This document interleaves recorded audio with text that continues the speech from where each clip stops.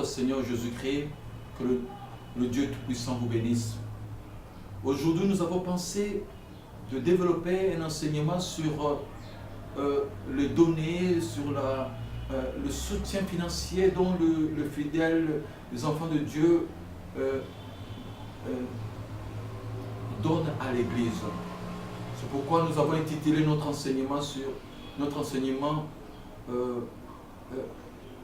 Dieu donne au semeur la sémence.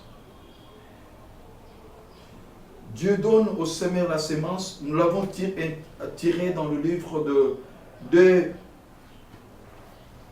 Corinthiens chapitre 9, verset 10 au verset 11. Il est écrit ceci.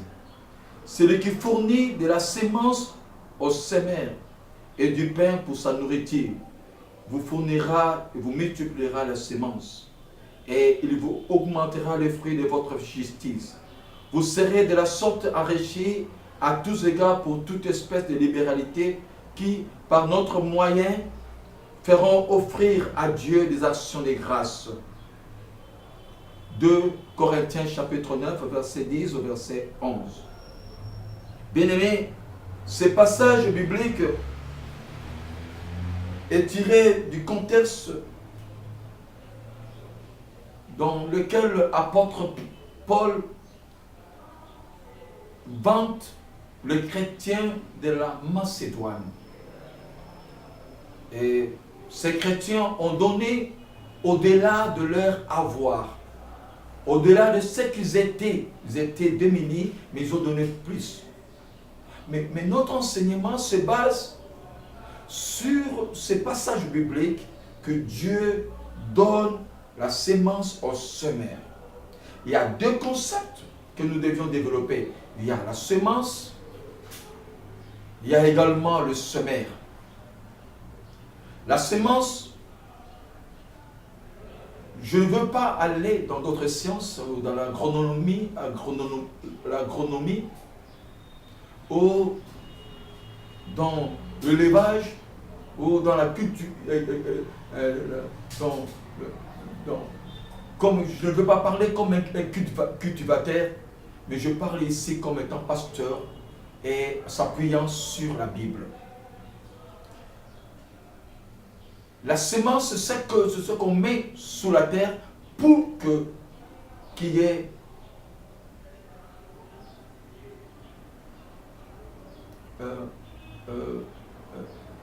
le plante, qu'il y ait le légume, qu'il y ait le fruit, il y a d'autres de la terre. Mais si la Bible, lorsque la Bible, l'apôtre Paul parle de la sémence, il voit tout ce qu'on donne pour Dieu. Tout ce qu'on donne pour Dieu est une sémence dans les champs de Dieu. Le champ de Dieu, comme a dit l'apôtre Paul dans 1 Corinthiens chapitre 3.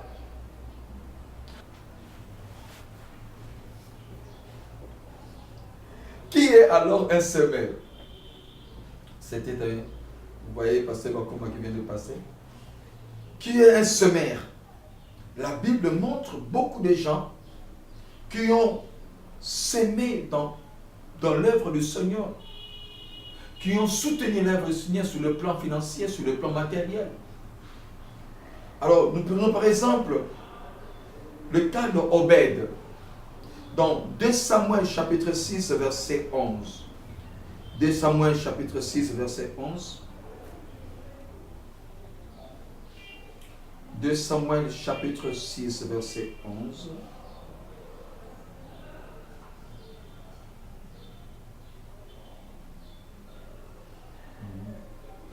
Il est écrit: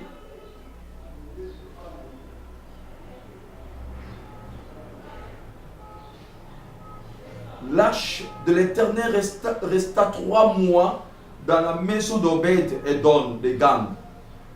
Et l'Éternel bénit Obed-Édom et toute sa maison. Verset 12. On va dire au roi David: l'Éternel a béni la maison d'Obed-Édom et tout ce qui est à lui à cause de la l'arche de Dieu. Et David se mit en route et il fit monter l'arche de Dieu depuis la maison d'Obed jusqu'à la cité de David, au milieu des réjouissances.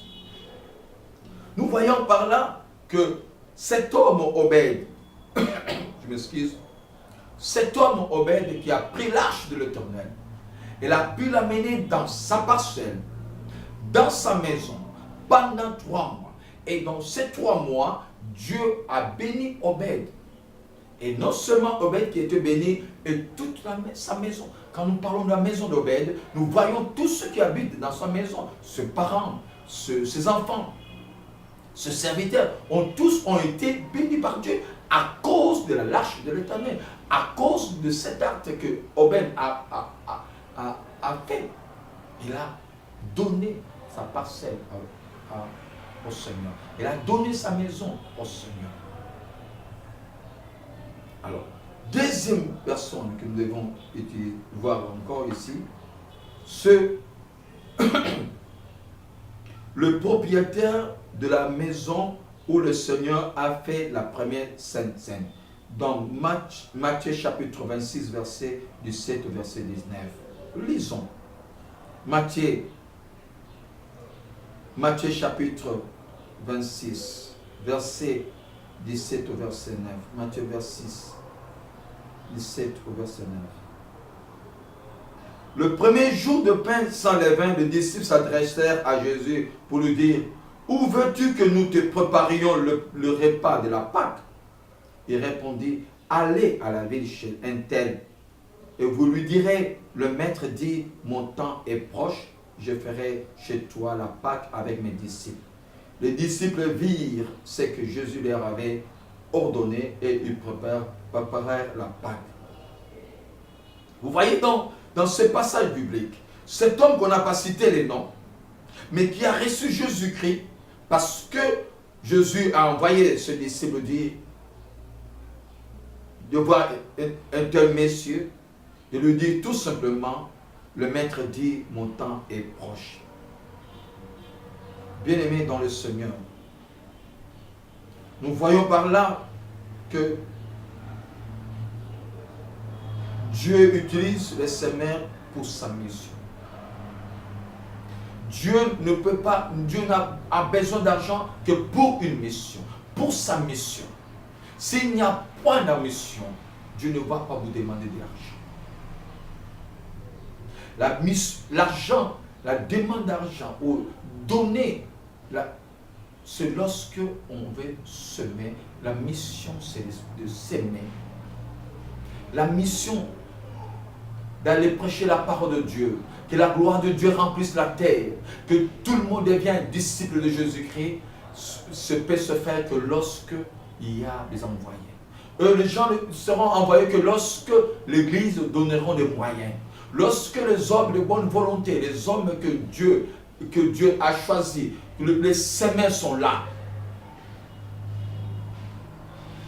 Dieu peut vous bénir financièrement que lorsque vous soutenez l'œuvre du Seigneur avec l'idée d'accomplir la mission de Dieu. Troisième personne, c'était le propriétaire de l'âne qui a apporté le Seigneur. Dans Matthieu chapitre 21, verset 1 à 4, nous voyons que Dieu donne cet homme qui a eu la possibilité de donner son âne. La Bible dit, quand on lui a demandé, il a promptement donné. Comment il est arrivé à donner si facilement comme ça? C'est pourquoi la Bible dit, le vouloir et le pouvoir viennent de Dieu. Vous ne pouvez pas donner si Dieu lui-même a sémé, si Dieu n'a pas lui-même sémé dans votre cœur le vouloir de donner. Vous ne pouvez pas donner votre sémence si Dieu lui-même n'a pas sémé dans votre cœur le pouvoir. Si Dieu ne vous a pas donné le moyen. Le vouloir, c'est le désir. Ce désir de donner, c'est enfoui dans l'homme que Dieu a choisi. Bien-aimé, Dieu ne cherche pas de l'argent chez les hommes. Dieu cherche plutôt les hommes qui ont les cœurs bien disposés. Ces hommes-là qui ont le désir de donner, les hommes-là qui ont le vouloir de donner.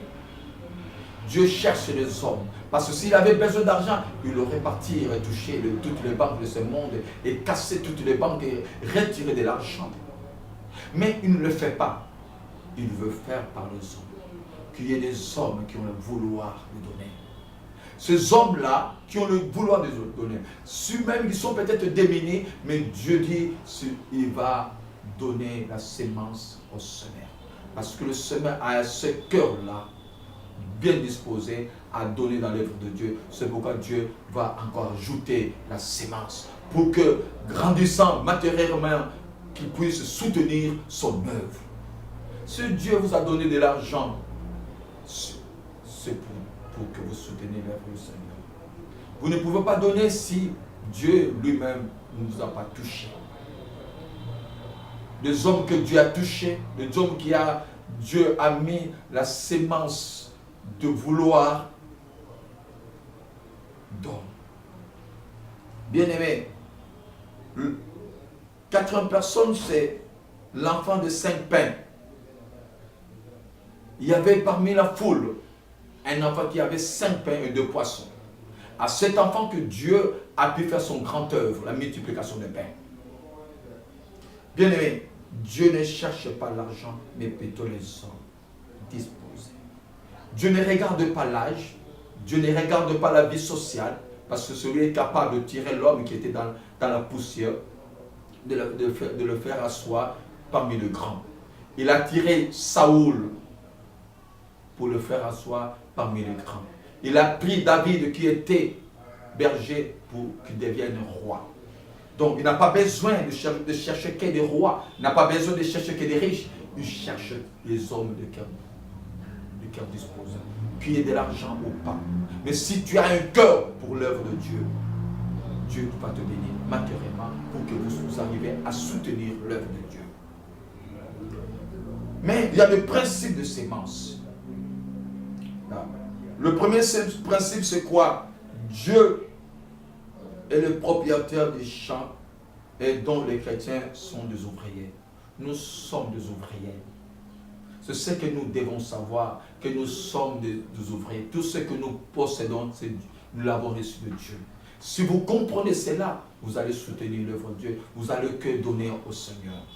Deuxième principe, c'est la répartition de la récolte à 3 grandes parties.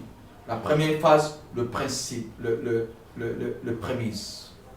Quand Dieu vous bénit matériellement, il faut que la première partie lui revienne. C'est très important. C'est les prémices. Cette partie fait partie de prémices. C'est le prémisse. C'est quelque chose que vous retirez de tout ce que vous avez. La deuxième étape, c'est la consommation de la maison. Je dirais 80% de votre avoir revient à la consommation de votre maison. Parce que le 10% revient au Seigneur sur le prémisse, sur l'offrande, sur la dîme que vous pouvez donner au Seigneur. C'est 10%.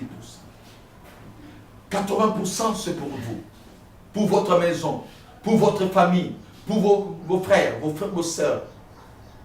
C'est pourquoi la Bible dit, si vous ne savez pas gérer votre maison, vous ne pouvez non plus gérer l'œuvre du Seigneur.